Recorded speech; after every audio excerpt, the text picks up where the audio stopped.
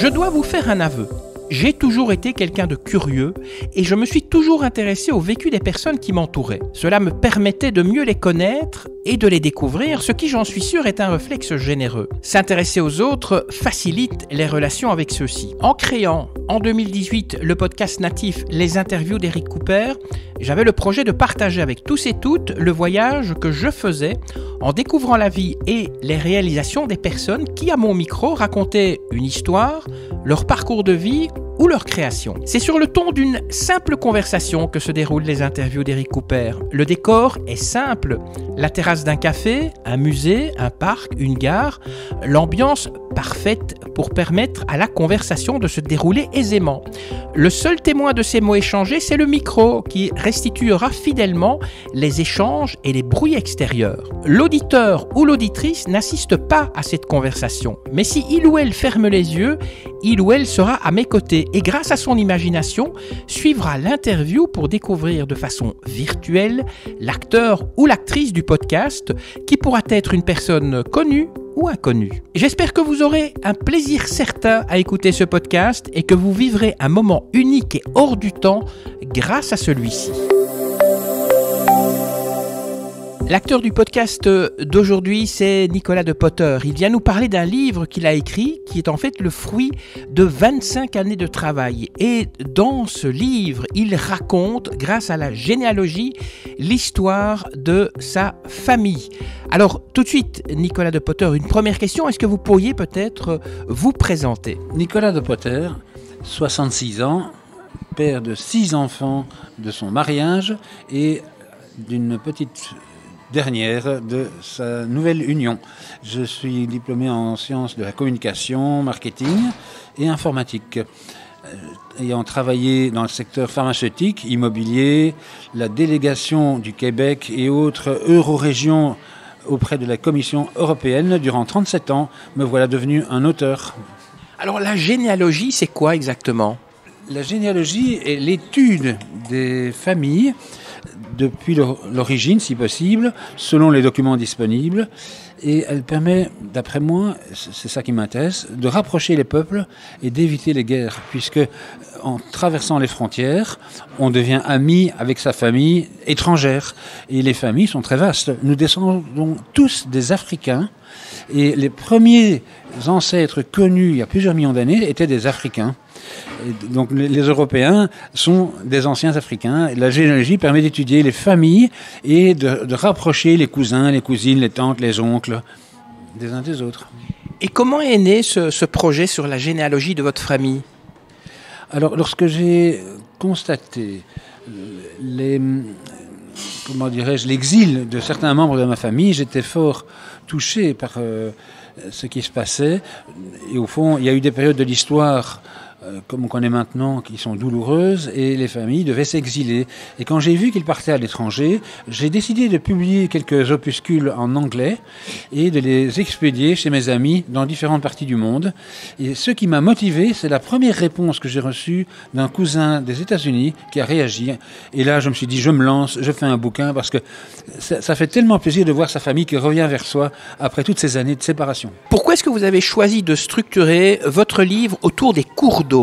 L'approche classique qui remonte d'une personne existante vers un ancêtre mène malheureusement toujours aux villes. Et lorsqu'on remonte d'une ville vers une autre ville, on a une vision statique et rigide. Or, en étudiant les cours d'eau, on comprend l'existence des axes commerciaux anciens. Puisque les autoroutes n'existaient pas, on déplaçait les marchandises par la voie d'eau, la voie maritime. Les voies fluviales intérieures étaient les autoroutes de l'époque. Donc je me suis dit, je remonte vers les villes de mes origines et je vais d'autant mieux trouver la cible qui se trouve au sommet de la famille. Quels ont été les principaux défis au cours des 25 ans de recherche, puisque ce livre, en fait, c'est 25 ans de recherche ? Exact. Il a fallu, à la source des cours d'eau, trouver les archives, les fonds d'archives disponibles et les bonnes volontés. Donc en engageant quelques experts locaux, j'ai pu rassembler les premiers documents et lorsque j'ai vu apparaître les premières pièces d'archives qui nous concernaient, je me suis déplacé sur place à vélo et je me suis rendu en en 25 ans dans une centaine de lieux différents à vélo, toujours cherchant les documents d'origine à la tête des cours d'eau, là où ils démarrent. Et au fond, les archivistes locaux m'ont aidé et m'ont permis de retrouver les plus anciennes archives qui attestent de l'existence de la famille à travers les siècles. Ce travail, vous ne l'avez pas fait seul, hein. Vous vous êtes entouré de différentes personnes. Est-ce que vous pourriez en présenter quelques-unes? Parce qu'il y en a 25 quand même, donc on ne sait pas toutes les présenter. Exact. Donc, les premières personnes qui m'ont aidé, c'est tout d'abord un cousin à Moucron, la jolie ville de Comines-Warneton, Moucron, sont des villes textiles. Et comme ma famille avait été active comme la leur là-bas, il m'a beaucoup aidé à trouver des documents. Il s'appelle Henri Brussin. Et celui-ci m'a présenté à d'autres archivistes de la région et j'ai pu engager, grâce à lui, une dame spécialisée dans la recherche des ancêtres à Lille. Ensuite, dans la région de Douai et Arras, j'ai rencontré l'association Arpège, qui est spécialisée dans la recherche des ancêtres du Moyen-Âge. Et là, je me suis tombé sur un cousin, Dominique Potier, qui m'a aidé à retrouver mes ancêtres dans cette région-là. Voilà un second exemple. Et si je peux citer un troisième exemple, c'est un collègue néerlandophone qui m'a beaucoup aidé dans la région de Bruges, d'où je pensais venir. Mais en fait, tous les travaux de ces gens m'ont ramené vers le Hainaut, et en particulier l'ancien Hainaut français. Voilà 3 exemples de collaborateurs, mais comme vous dites, il y en a plus de 25, donc ça a été un travail quotidien d'entretenir le réseau. Est-ce que l'ADN a joué un rôle dans vos recherches? Lorsque mon cousin américain a réagi sur l'écriture de mon premier ouvrage technique que j'avais fait circuler en Amérique, en Australie et en Angleterre, eh bien, il est revenu au pays. Il m'a dit, Nicolas, je viens t'accompagner dans tes recherches, ça me plaît, je reconnais ma famille dans tes travaux. Et lorsqu'il est arrivé, je lui ai montré les tests ADN que j'avais fait réaliser pour 10 membres de ma famille. Il s'agissait des branches existantes, connues, et avec certitude membres de ma famille. Et grâce à ces différents tests ADN, on a pu tester d'autres personnes dans le réseau, y compris ce cousin américain. Et on a découvert donc une branche dans le Hainaut français, mais on a aussi confirmé sa branche à lui, qui était passée par Emden dans le nord de la Zélande avant de partir en Amérique. Comment est-ce qu'on analyse, comment est-ce qu'on lit justement des archives locales? Parce que je suppose que celles qui datent de plusieurs centaines d'années ne sont pas écrites dans le même français que le français actuel. Tout à fait exact. C'est en vieux François, et donc même des archives en latin sont très nombreuses, et j'ai eu recours à des paléographes. Ce sont des personnes spécialisées. Pour les écritures les plus complexes, ils m'ont bien aidé. Pour des petits montants de ci, de là, 75 € pour un acte de 10 pages, voilà, il faut compter ça. Mais les actes, petit à petit, mieux écrits, j'arrivais à les déchiffrer moi-même en étudiant les anciennes écritures. Il y a moyen de reconnaître des caractères, il y a assez bien moyen de se débrouiller soi-même.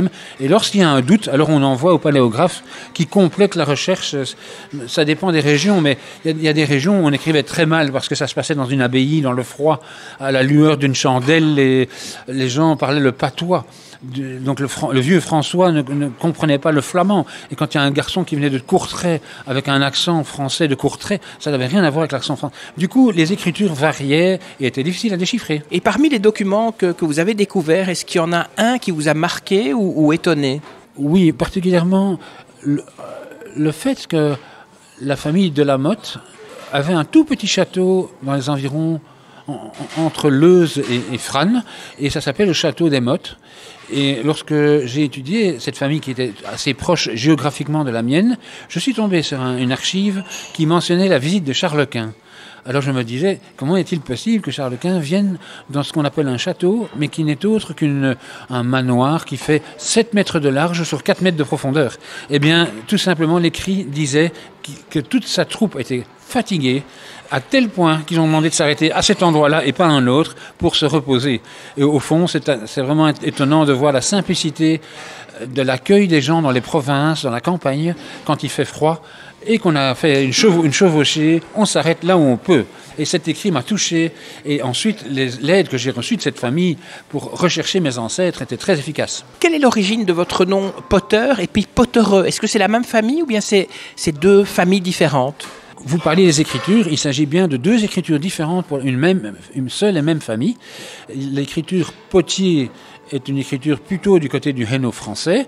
L'écriture de Potier traverse la frontière, et l'écriture Potter avec un accent aigu est l'origine ancienne.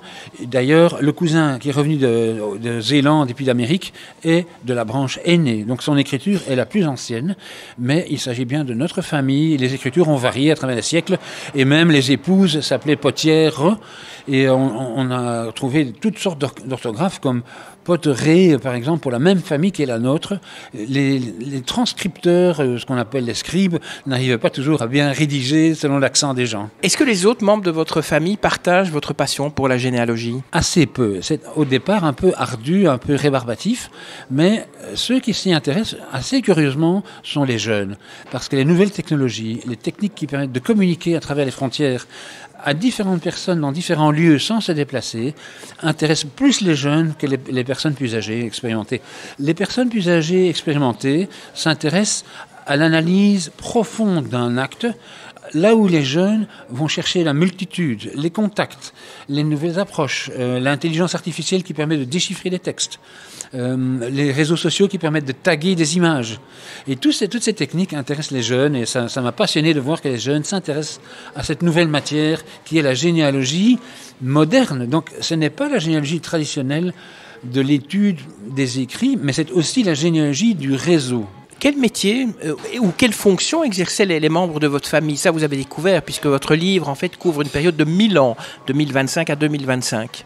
Donc la naissance attestée de l'ancêtre le plus ancien, Hermann, ou Hermion en français, il était chargeur de barges sur les voies navigables, et donc sa naissance est estimée à 1055, et on peut estimer la naissance de sa mère effectivement quelques 25 ans plus tôt. Ce Hermann ou Hermion chargeait les barges et les bateaux, les navires d'un certain sire Godefroy de Boulogne-sur-Mer, aux abords dans le Pas-de-Calais, dans les Flandres françaises. Et au fond, les métiers ont évolué, parce que si on peut supposer qu'il y avait des artisans en céramique, ce métier-là s'est transformé en emballeur de biens et de marchandises précieuses. Donc les denrées étaient mises dans des pots, et les pots étaient chargés à bord de barges qui quittaient la mer du Nord, la Manche, et se rendaient dans les terres en Picardie. Et en partant dans les terres, on appelait ça la poterie, c'était le chargement des bateaux, et le potier n'était autre que celui qui emballait, puisqu'il n'y avait pas de carton à l'époque pour emballer. Le papier était très précieux, était utilisé pour les écrits et les actes, mais les emballages étaient en céramique, et pour les plus riches, étaient en métaux. Dans votre famille, est-ce qu'on a toujours fait partie de la noblesse belge, ou bien il y a une période où ils ont été anoblis? Alors la Belgique n'existe que depuis 1830, à la création de l'État par le révolutionnaire Louis de Potter, mais les États, dans le sens actuel, n'existaient pas encore. Et la noblesse que vous citez est en fait une noblesse d'épée. Et lorsque Hermann a suffisamment travaillé, après 30-40 ans, à charger les bateaux de sire Godefroy de Boulogne-sur-Mer, ce Godefroy devient duc de Bouillon. Il est récompensé en devenant duc de Basse-Lotharingie, et il reçoit même un château. Il a été anobli en 1093, c'est-à-dire qu'à l'époque, c'était un écuyer, c'était l'adjoint. Il n'existait pas à l'époque de titre de chevalier ou même de comte et de baron. C'est avant l'existence de la noblesse, c'était la chevalerie. Et au fond, il était désigné comme le bras droit, anobli, comme une sorte d'écuyer de Godefroy de Bouillon. Ça, c'est l'acte que j'ai retrouvé. Mais après, la famille a été anoblie par l'impératrice Marie-Thérèse d'Autriche, beaucoup plus tard, en 1743. Et là, il s'agit de la noblesse contemporaine avec les premiers pays, à savoir les Pays-Bas. Et les conflits ont joué un rôle dans l'histoire de votre famille? Les conflits ont tragiquement joué un rôle de scission, de séparation d'une partie catholique et d'une partie rebelle, qui devint ensuite protestante.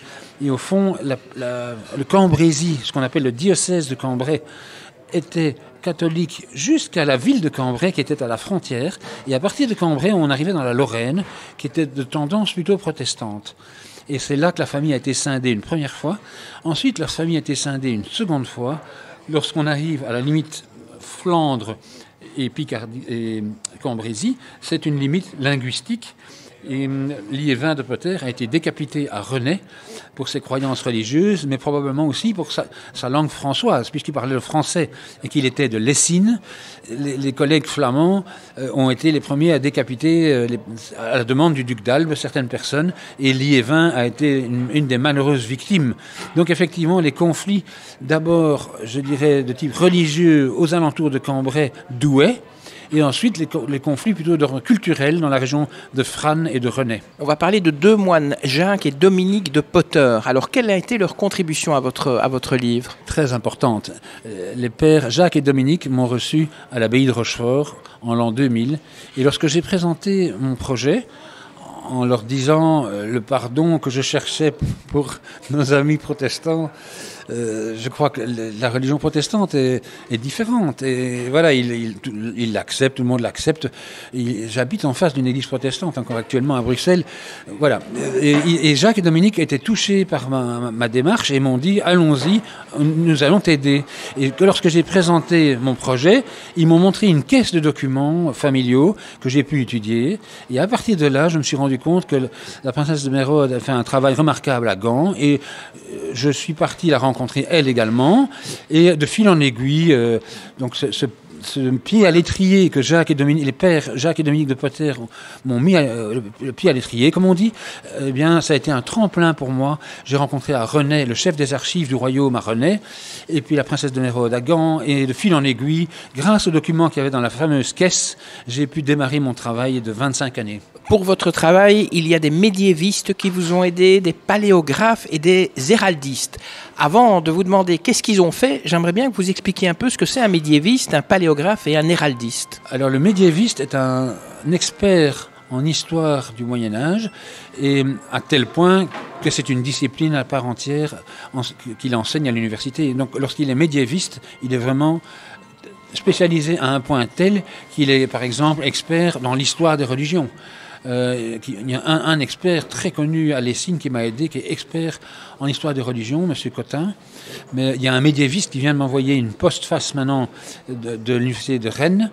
Il y a un médiéviste tondeur de Arras et Douai qui m'a beaucoup aidé. Au fond, ces gens se spécialisent dans la difficulté du manque de documents et s'appuient sur d'autres disciplines qu'on appelle effectivement la paléographie et l'héraldique, qui sont des disciplines très utiles pour les médiévistes, étant donné que c'est une manière d'attester des métiers, des mariages, des professions, des parentés, qui sont beaucoup moins utilisés dans la généalogie, je dirais, postmoderne. La généalogie, à partir de la Renaissance, est une autre sorte de généalogie, comme la généalogie moderne est une troisième sorte de généalogie.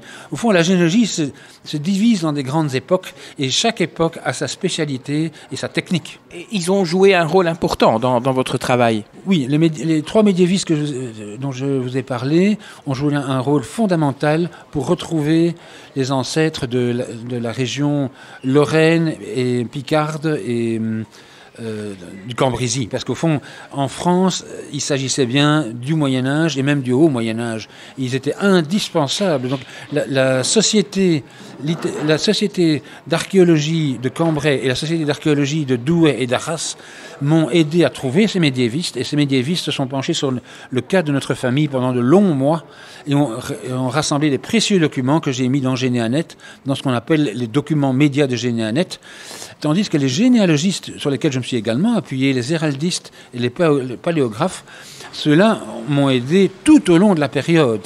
Donc ça allait de la 5e année à la 15e année. Et quelle méthode avez-vous utilisée pour rassembler des archives éparses et diverses et dispersées sur plusieurs siècles également aussi? Alors, la méthode, c'est le réseau. Un ami dans chaque ville, ou bien un collaborateur quand il n'y avait pas d'amis, afin d'avoir ce qu'on appelle une toile de logique, une logique de toile. Et dans cette toile, vous dénombrez un certain nombre de documents dans un certain nombre de villes. Quand ils sont prêts, vous vous déplacez vers cet endroit, vous les photographiez, vous les montrez aux experts, paléographes, héraldistes et autres. Et lorsque vous rentrez de voyage, c'est seulement là que commence l'étude approfondie de ces documents.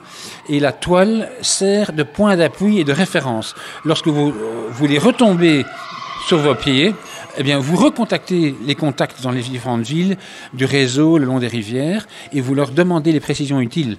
Donc cette toile de fond m'a servi à décortiquer les documents anciens, les rassembler en grand nombre et alors à faire ce qu'on appelle le tri, le trechter. C'est l'entonnoir qui amène vers les documents authentiques les plus précieux, les plus exclusifs pour désigner un ancêtre vers un autre ancêtre. Et est-ce qu'il y a eu des oppositions ou des contradictions de la part d'autres généalogistes ou généalogues ou des membres de votre famille? Est-ce que tous ont été d'accord avec le résultat de vos recherches? Non, c'est pour ça que l'approche que j'ai utilisée est une approche par branche et en particulier au sommet des branches, j'ai en plus utilisé l'approche des terriers. Alors, les branches d'une même famille sont au nombre de 3 et elles partent toutes d'un lieu qui est la Dendre occidentale à Lessines. Les autres branches qui ont leur propre terrier sont des branches non alliées par le sang qui sont éteintes. Et donc, il n'y a pas de... On peut contester, bien sûr, mais on ne peut pas contester en l'absence d'ADN, puisqu'il n'y a plus de survivants. Il faudrait l'autorisation de la justice pour ouvrir une tombe, donc les branches éteintes, on les laisse là où elles sont, et les contestations familiales, qui ont principalement trait aux branches éteintes, sont assez vite éteintes. Il n'y a plus de contestation à partir du moment où... quand on sait qu'il faut, pour ouvrir une tombe, il faut compter 7 000 € de frais divers et autres, puisqu'après il faut la refermer, etc. Donc ça, c'est une approche de l'ADN, mais il y a aussi eu des contestations entre généalogistes, puisque chacun a son approche, et là, on utilise à ce moment-là le recoupement de plusieurs éléments, de plusieurs généalogistes, et si vous voulez, le parfait recoupement mène à un accord entre les confrères, parce que les confrères sont des gens de la profession qui ne sont pas là pour se disputer, ils sont là pour trouver un accord probable, vraisemblable. Et qu'est-ce que ça vous fait quand vous vous promenez dans les villes qui sont les villes où est née votre famille et que vous vous y promenez dans les rues de ces villes? Ça vous fait quoi? Il y a un sentiment spécial? Ah oui, c'est très touchant quand on sait que les barges étaient chargées de pots payés avec des deniers qu'on appelait le potin. Donc on circule le long des canaux de Douai ou de Arras, de Cambrai, de Valenciennes, toutes ces jolies villes, Condé, Pérué, Leuze, Lessines, le long de la Dendre. Eh bien, c'est touchant de voir les bâtiments, d'imaginer comment nos ancêtres se comportaient et comment ils ont transformé leur métier, d'abord de céramistes en tisserands, et puis de tisserands en agriculteurs, d'agriculteurs en genre du textile ou en teinturier par exemple. Il y a eu toutes sortes de professions qu'on a découvertes et on a envie de se rapprocher de ces métiers et de dire tiens, êtes-vous par hasard potier, céramiste, êtes-vous par hasard tisserand, et vous posez ce genre de questions dans les rues afin de rencontrer l'un ou l'autre à travers les associations généalogiques. Est-ce que votre travail a été facilité un petit peu par l'informatique? Énormément. Il y a 3 grands aspects qui m'ont aidé.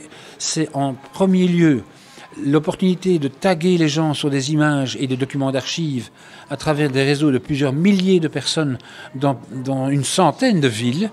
Et lorsque votre filet que vous lancez dans la mer pour rattraper des poissons est envoyé et qu'il revient petit à petit, vous vous rendez compte de la puissance de l'informatique, puisque un filet qui est jeté sur une centaine de villes permet de ramener 30, 40, 50 informations par an et beaucoup de travail. Le deuxième aspect, c'est le tri de bases de données, étant donné que GénéaNet contient 14 millions d'arbres et le nouveau propriétaire de GénéaNet en contient 60 millions, on se rend compte de la taille du réseau de collègues que vous pouvez consulter à travers de simples posts sur le forum de GénéaNet et de Ancestry. Et le troisième aspect, c'est l'exploitation des documents par Google Image Reverse Search. Donc, par exemple, je suis tombé sur un tableau magnifique de l'adoration de la Vierge à Douai. Eh bien, en recolorisant ce tableau, que j'avais reçu en noir et blanc, et en mettant dans le moteur de recherche, il a retrouvé le tableau original qu'on n'a jamais trouvé à Douai puisqu'il était en Italie. Donc Douai l'avait revendu à l'Italie, qu'il avait mis dans un musée, et c'est l'adoration de la famille Potier, le Potier, de la Vierge, suite au décès de leur fille dans la ville de Douai. Et ils ont offert ce tableau à la ville de Douai. Autre exemple, j'ai découvert un tableau à Emden, dans le nord de la Zélande. Je l'ai découvert sur Internet. Il était également en noir et blanc. Je l'ai recolorisé, je l'ai envoyé, et il a été retrouvé au Massachusetts, dans Kate Moss Institute of Art. Et ce musée m'a envoyé la photographie originale en 3 millions de pixels et on voit le blason de notre famille à l'arrière du chariot. C'est l'émigration, l'exil de mon cousin François de Potter d'Amérique. Et c'est un tableau qui a été vendu 3 millions d'euros du musée de Emden en Allemagne au musée de Massachusetts, puisqu'il y avait probablement une famille qui a bougé là-bas. Et c'est très touchant de voir comme l'informatique m'a aidé à retrouver ces tableaux à travers l'énorme base de données d'œuvres d'art. Est-ce que votre livre met en lumière des aspects sociologiques et culturels de l'histoire belge et européenne, mais des aspects méconnus? Oui, on constate que la sociologie a évolué de manière fort intéressante pour le siècle qui nous occupe. À l'époque, le tout petit, le moindre petit compagnon avait une importance considérable, et le plus grand des princes et des rois avait une importance toute relative. À l'époque, un roi avait des frontières mobiles en permanence. Son royaume était à la fois minuscule et gigantesque. C'est-à-dire que son royaume était en réalité inexistant, avec des frontières totalement comme du caoutchouc. Tandis que les tout petits experts, artisans du tout petit village étaient courtisé comme le plus grand des princes, puisqu'on venait de loin chez lui chercher un vitrail dans la technique la plus avancée, du verre fondu de la manière la plus avancée, de la céramique réalisée avec un talent exceptionnel. Et au fond, on se rend compte que les tout petits de notre société, comme vous dites, la sociologie, était inversée. La pointe de la pyramide était en bas, et au fond, il y avait un intérêt pour les petits qui était bien plus important que de nos jours. Et c'est assez intéressant de se rendre compte de ça et de se dire, respectons le plus petit d'entre nous, parce qu'en fait, il nous amène aux grands, aux rois, aux grands artistes et aux grands maîtres, puisqu'en réalité, c'est leurs œuvres qui traversent les siècles et même les millénaires. Et c'est ces œuvres des tout petits qui traversent les siècles, et les grandes œuvres des rois, des princes et des empereurs, on s'en souvient plutôt pour les guerres qu'ils ont menées et les frontières qu'ils ont créées, mais pas tellement pour les documents qui sont transmis d'une famille à une autre. C'est ça la sociologie, c'est la micro-sociologie, l'assemblage des micro-histoires, c'est-à-dire des micro-trésors, sont bien plus importants que la sociologie à la grosse louche de nos temps modernes. Qu'espérez-vous que les lecteurs d'aujourd'hui et de demain, qu'ils soient ou non membres de votre famille, retiennent de votre livre? L'idée, ce serait d'avoir une ouverture entre les générations et que les jeunes se rendent compte que finalement, on a très rapidement des cousins autour de soi et que les frontières ne sont pas des obstacles pour les familles qui ont bougé dans tous les sens et que ça ne sert à rien de faire la guerre à ses cousins. C'est le même sang. Pourquoi aller se battre contre ses cousins quand on sait que même une île d'Ukraine appartenait à une grande famille belge dans le passé, mais je vous parle il y a 700 ans. Donc c'était un prince qui possédait l'île qui est tellement convoitée là-dedans. En fait, la généalogie rapproche les gens. Et mon idée, c'est de rapprocher les gens à travers la généalogie de manière moderne, avec les outils modernes. La généalogie classique, je dirais, empirique, avec les documents qui s'additionnent les uns aux autres et qui, au fond, une logique implacable. C'est le cœur de mon travail, mais très rapidement, je l'ai entouré, ce cœur, par des poumons qui permettent de respirer et de prendre toute la substance de la modernité de la généalogie et un second cercle qui est, je dirais, le réseau veineux, c'est-à-dire le réseau de nos amis à l'étranger dans les régions frontalières qui vont enrichir le contact des jeunes, le travail et même, pourquoi pas, le tourisme le long des rivières sur les fameux chemins de halage avec nos vélos où il n'y a pas la moindre voiture pour faire 700 km et vous êtes en France, vous êtes aux Pays-Bas, tout en longeant les rivières, vous rencontrez des gens passionnants qui vous transmettent des micro-histoires. Alors, on n'a pas le temps de parler de tous vos ancêtres, mais il y en a un, j'aimerais quand même que vous en dites 2 mots, c'est un certain Louis de Potter. Alors, après avoir cherché 7 ans, avec l'aide du plus grand expert belge, qui est le président de la Fédération héraldique flamande, Pieter Donsch, on a constaté donc l'existence d'un enfant naturel il y a plus de 700 ans. Donc il est absolument impossible à dire s'il est parent ou pas. Et donc l'existence de cette branche de Potter s'est prolongée de la région de Bruges, remonte vers Courtrai et vers Lille. et elle s'arrête là. Donc il manque un élément ou l'autre, c'est pour ça qu'elle se trouve dans une des branches que j'ai citées tout à l'heure. C'est une des branches éteintes, il n'y a plus de controverse, elle est totalement parquée de manière précise dans Généanet, tandis que ma branche est bien vivante et contient 3000 individus. Les 300 individus de ces 3000 que j'ai étudiés, c'est-à-dire 10%, se trouvent tous au Moyen-Âge. Donc le livre concerne le Moyen-Âge. Si vous voulez découvrir les 6 autres livres, vous trouverez 3 livres qui sont consacrés à ces personnages-ci, et qui sont en français, néerlandais et anglais, préfacés par le professeur Francis Ballas, qui est un expert. Donc c'est une autre histoire. L'histoire d'aujourd'hui, c'est la généalogie de la famille Potter, et le personnage central, c'est le François de Potter, l'homme prodige revenu d'Amérique, pour retrouver et tomber dans les bras des catholiques et des protestants qui se serrent la main. Alors, un conseil, c'est une dernière question, à ceux qui veulent se lancer, ceux qui veulent aussi créer leur arbre généalogique. L'idée est toujours de partir de ce qu'on a en consultant sa grand-mère, si possible, ou des oncles et tantes. Mais en utilisant Internet, on peut assez rapidement trouver les fonds d'archives en ligne. Et là, on peut chercher l'étape numéro 2, c'est les documents de base, je dirais, de la généalogie contemporaine. Et quand vous commencez à approcher une période plus ancienne, donc le fait de la Renaissance, voire le Moyen-Âge, là, il faudra s'appuyer sur des spécialistes. Et il y a moyen de les recruter pour des montants raisonnables qui vont de 50 à 125 € par jour. Et il y a moyen d'avancer avec eux. Et une fois que vous avez quelques éléments de leur part, vous pouvez alors progresser beaucoup plus vite. Ça y est, c'est fini.